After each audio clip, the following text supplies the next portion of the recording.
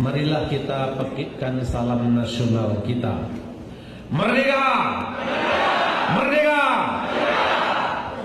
Saudara-saudara, tadi sudah disampaikan oleh Mas Ahmad Basarah tentang sidang di Dokoritsu Chunbi Chosake, Badan Usaha Persiapan Kemerdekaan Indonesia, tatkala para anggota dari sidang BPUPK itu mencoba untuk menjawab pertanyaan dari Dr. Rajiman Widyodiningrat di atas dasar apa negara Indonesia merdeka itu akan kita dirikan. Dan ada banyak sebetulnya jawaban dari peserta sidang itu.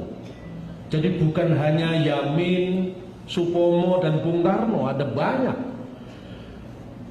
Notulen yang dulu dihilangkan oleh Pak Yamin itu sekarang ditemukan kembali dan diterbitkan, dieditori oleh R.A.B. Kusuma yang diterbitkan oleh Badan Penerbit Universitas Indonesia. Jadi memang Bung Karno adalah satu-satunya penggali Pancasila. Pak Yamin tidak pernah berpidato di tanggal 29 Mei, tetapi pidato yang disampaikan Pak Yamin itu sebetulnya ungkapan-ungkapan beliau dari pembahasan di sidang PPKI. Jadi bulan Juli, bukan bulan Mei. Kemudian yang dikemukakan oleh Profesor Supomo itu bukanlah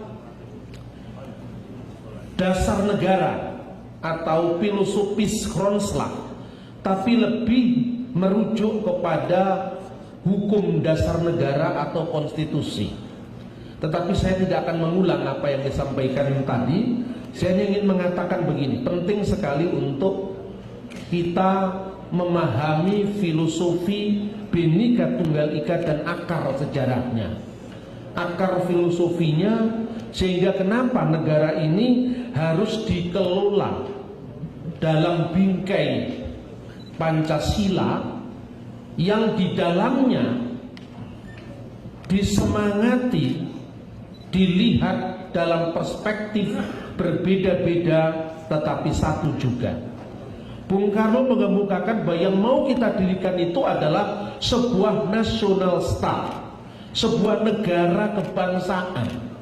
Dan beliau memberikan dua rujukan. Kita hanya pernah mengalami dua kali negara nasional. Yang pertama adalah Sriwijaya dan yang kedua Majapahit. Sekalipun Demak adalah negara merdeka, Ternate, Tidore, Mataram, Banten adalah negara merdeka, tetapi bukan negara nasional. Kalau kita cermati apa yang disampaikan oleh Bung Karno, itu luar biasa. Karena ketika bangsa-bangsa lain tidak memiliki rujukan sejarah yang kuat untuk bersatu, kita sudah lama memilikinya. Apa yang ingin saya sampaikan sebetulnya terwakili oleh puisi yang tadi dibaca. Nusantara itu bukan sekedar gugusan pulau-pulau di antara benua, di antara dua benua, di antara pulau-pulau di Indonesia, tetapi dia juga adalah merupakan untian nilai-nilai yang secara dinamis mencoba untuk dipahami, direfleksi dalam kehidupan berbangsa dan bernegara, dalam kehidupan sejarahnya yang panjang. Oleh karena itu kalau istilahnya Bung Karno, Pancasila itu merupakan hogger of trekking, pengangkatan ke taraf yang lebih tinggi dari manifesto komunis maupun Declaration of Independence of America. Pancasila merupakan sintesis dari ideologi besar dunia. Istilahnya Bung Karno, beliau melakukan in the world of the mind. Saya pergi ke Eropa Timur, belajar dari manifesto komunis, belajar dari Friedrich Engels dan Karl Marx. Tidak des berarti komunis. In the world of the mind, pergi ke Amerika untuk membaca, mempelajari Declaration of Independence of America, tetapi tidak menjadi liberal. Endowment of the Mind, pergi ke Tiongkok, minum teh bersama Sun Yat-sen. Bung Karno belajar tentang San Min Cui sebagai inspirasi untuk membentuk dasar negara Pancasila. Bung Karno juga duduk bersila bersama Gandhi di alamnya pikiran. Dan dari Gandhi, Bung Karno tadi sebagai dikatakan oleh Ahmad Basarah, mengutip dari kata-kata Gandhi, my nationalism is humanity. Tetapi pada akhirnya toh Bung Karno kembali ke realitasnya bangsa Indonesia. Karena ideologi negara Pancasila kita sebut sebagai digali dari nilai-nilai yang berakar kuat pada kepribadian bangsa Indonesia. Coba saudara-saudara bisa bayangkan, tatkala saudara membaca Srimad Walmiki Ramayana, itu ditulis pada tahun 120-an Masehi. Bahkan sebelum Ramayana India itu menulis, kira-kira tahun 500 sebelum Masehi, seorang bapak ilmu sejarah dunia yang bernama Herodotus sudah menulis tentang Chrysonesos, yaitu pulau emas yang tidak lain adalah Sumatera. Dan di dalam karya Ptolemaeus dari abad kedua tadi kita sebutkan telah menyebut tentang kepulauan-kepulauan Nusantara, bahkan mungkin adalah Papua.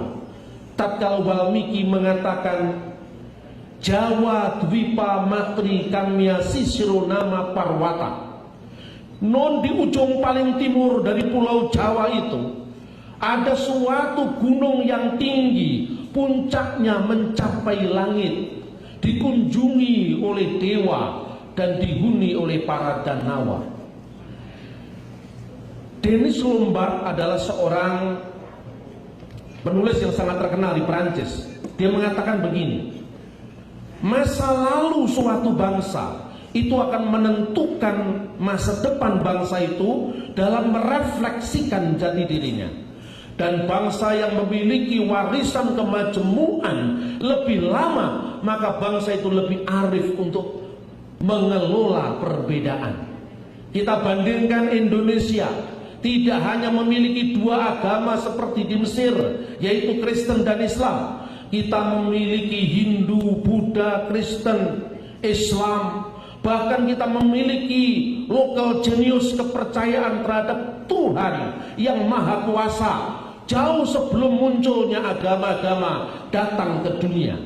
Nilai-nilai luar itu tidak ditolak, tapi direfleksikan kembali dalam konteks pribadi bangsa. Tatkala Hindu masuk, Buddha masuk, diterima dengan senang hati, welcome, selamat datang. Naskah Sunda dari abad ke-5, Siska Kanda Ingkarsian berkata, mangku bumi bakti di ratu, ratu bakti di dewata, dewata bakti diam. Ada hierarki ketaatan seperti taatnya seorang mangku bumi kepada rajanya dan raja kepada dewata. Tetapi di atas dewata itu masih ada yang. Dan konsep yang inilah adalah konsep Indonesia asli jauh sebelum masuknya agama-agama ke Indonesia. Yang artinya Tuhan, itu bahasa asli Nusantara. Dari kata yang itu kita mengenal kata sembahyang. Jadi kaum penghayat itu bukan kaum animis, bukan kaum politeis, tetapi penyembah-penyembah Tuhan jauh sebelum munculnya agama-agama dunia ke Indonesia. Itulah sebabnya saudara-saudara kita bersyukur pada pemerintah bahwa eksistensi aliran kepercayaan terhadap Tuhan Yang Maha Esa sekarang sudah diakui, karena itu adalah warisan budaya bangsa. Kalau bicara tentang siapa yang ekstrim, justru tamu-tamu itu yang ekstrim. Tidak ada orang kebatinan ngebom, kalau tidak suka cuma dibatin.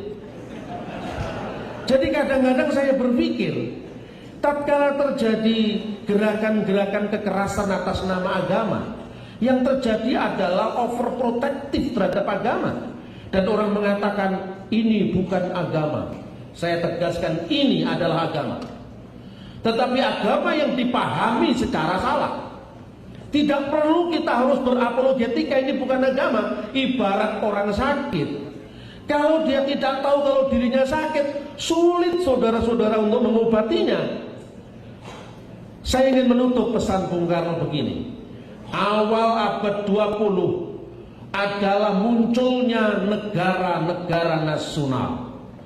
Abad 20 ditandai dengan gerakan munculnya negara-negara nasional sebagai reaksi dari kapitalisme, kolonialisme, dan imperialisme. Di dalam konteks seperti inilah lahirlah Pancasila yang anti segala bentuk penjajahan di muka bumi, anti segala macam bentuk kapitalisme, kolonialisme, dan imperialisme. Saat itu dunia dibagi seolah-olah menjadi dua bagian, blok komunis dan blok kapitalis.